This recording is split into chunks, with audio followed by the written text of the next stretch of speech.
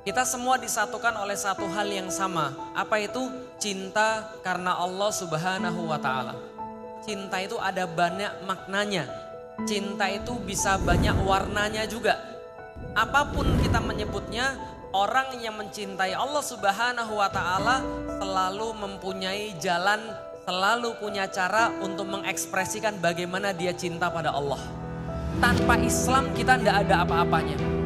Maka kita share happiness, maka kita berbagi dengan kebahagiaan kita dengan orang lain. Kenapa? Karena kita merasa indahnya ketika sujud.